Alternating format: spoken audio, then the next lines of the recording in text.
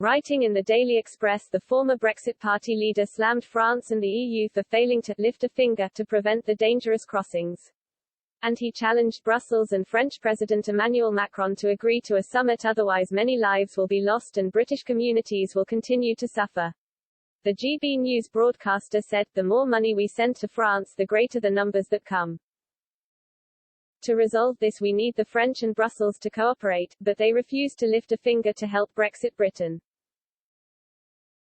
Nigel Farage said the only way to end the trade in smuggling people across the Channel is to deter migrants by showing they would be turned back at sea, or removed from the UK if they reached its shores.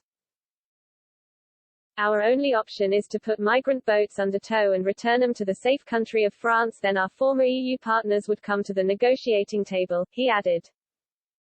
The number making the journey in small boats this year has exceeded 10,000, with 482 people alone crossing on Wednesday. Last year, it was reported that almost 300 migrants had died trying to cross the Channel since 1999. Mr. Farage hit out as the European Union was accused of playing politics with the migrant crisis by deliberately impeding progress on a potential deal with France. UK sources claim the European Commission is turning a blind eye to people dying by refusing to enter talks to allow Britain to send migrants who have crossed the Channel back to France. EU officials are understood to have insisted that the right to negotiate asylum and readmission agreement rests entirely with the bloc, and not individual member states. A Commission spokesman told the Sunday Telegraph that the post-Brexit trade agreement with the UK does not include provisions on asylum and return, and for the moment, our focus is on its implementation and we are not considering pursuing further negotiations to complement the agreement. A Tory source accused the Commission of turning a blind eye to people dying, while a government source suggested the issue had become embroiled in post-Brexit shenanigans. The Nationality and Borders Bill gives the Border Force powers to send migrants who have crossed the Channel back to France. But France has so far refused to agree to take back migrants.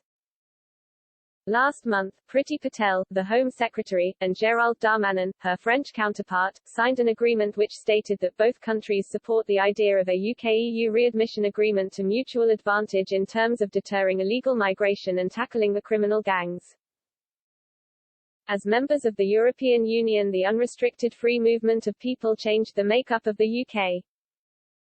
We were told in the referendum that 3 million EU citizens were living in the UK, to now discover that it is 6 million.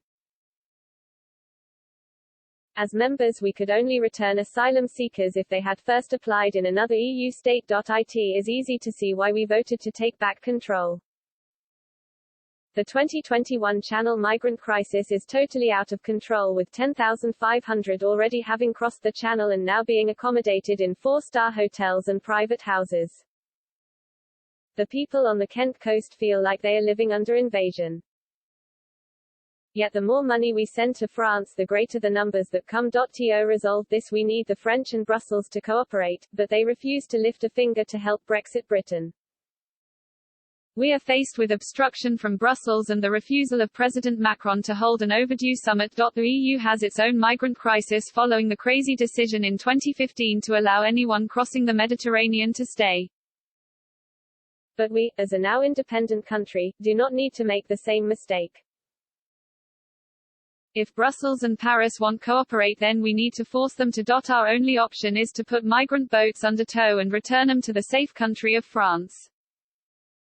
Then our former EU partners would come to the negotiating table.